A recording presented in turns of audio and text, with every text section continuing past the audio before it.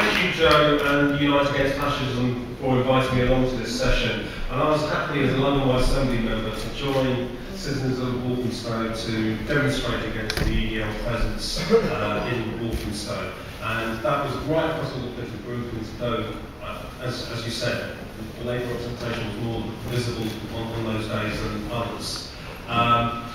I'd like to say a few things here. Firstly, state that unfortunately I see racism as a constant in society and in our lives, and we've got to be vigilant against it. When I was growing up here in London, in Paddington, the fight was against the National Front on the street, so I can remember as a school kid getting involved in those kind of things.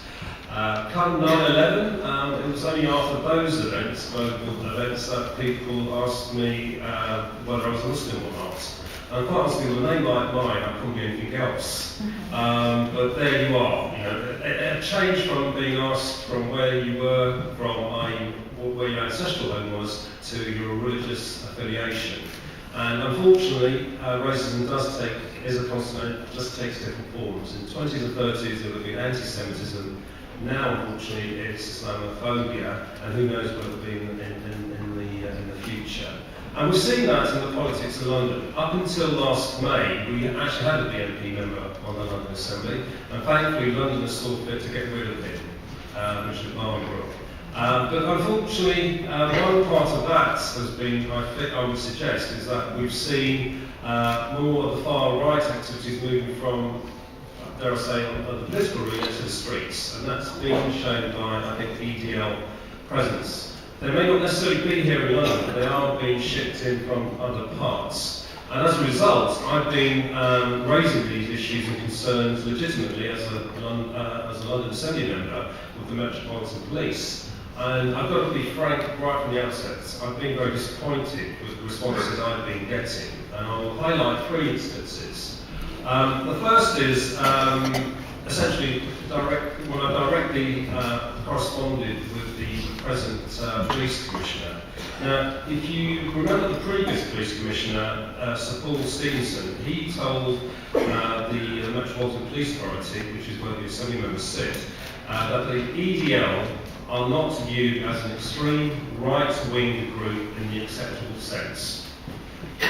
Since his resignations for very good reasons, I thought with a new police commissioner there'll be room to draw a line under that position and move on.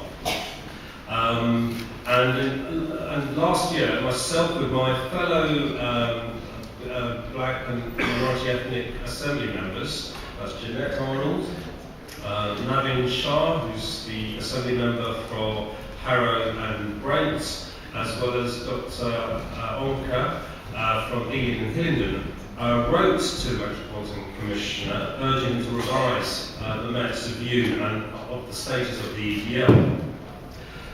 He wrote back to me and CC to my colleagues and suggested that they're still going to be classified as proscribed organisation under the Terrorism Act 2000, and for this reason do not merit the attention of the Met. Now that's in writing to elected members, what we felt as good reason from the activities of the extreme right in London to keep a very clear eye in the police in London, and certainly in community relations terms. But that was actually a very disappointing response we got from the police commissioner when he was invited to draw a line under the position of his predecessor. There's a second instance where I don't think the Met has been on top of their game at all. As we know, many of the EDL have got criminal records. I don't think that's probably more from the criminal classes than the political classes. There was one particular individual, Brian Bristow. Now that name may not immediately mean anything to you, but he suddenly appeared in the Rotherham by-election, parliamentary by-election in November, when the EDL said they would be contesting it, and he was actually the EDL's had gone past the organiser anyway. In October of the previous year, he was actually sentenced to a week in prison for his part in attacks on Islamic literature at Hyde Park following an EDL demonstration. And actually, to the merit of the Met, they did actually serve him with a CRASBO. If you're wondering what that is, that's a criminal anti-social behaviour order to tell them to move on and get off somewhere else. And actually, the CRASBO did limit him to the attendance of any marches, demonstrations, protests, or any other similar events in England or Wales without notifying them in particular. And based on this, I wrote to the area commander there and sought assurances that they would actually do something about this. It transpired, unfortunately, they dragged their foot about this and didn't actually do much at all in pursuing someone where they had actually taken legal action already, a prosecution, and subsequently we saw him being very active in the campaign in Rotherham. That's a second disappointment. And the final disappointment is last month. I went for the first time to the Association of Muslim Officers in the Met's AGM. And I was actually horrified to hear that many of them have been targeted by the EDL for verbal and abuse at their homes. The really surprising thing about this was that the Met haven't pursued that as a line of inquiry and action. I'm pretty certain, actually, if there were other officers, they probably would have done. I'm very disappointed.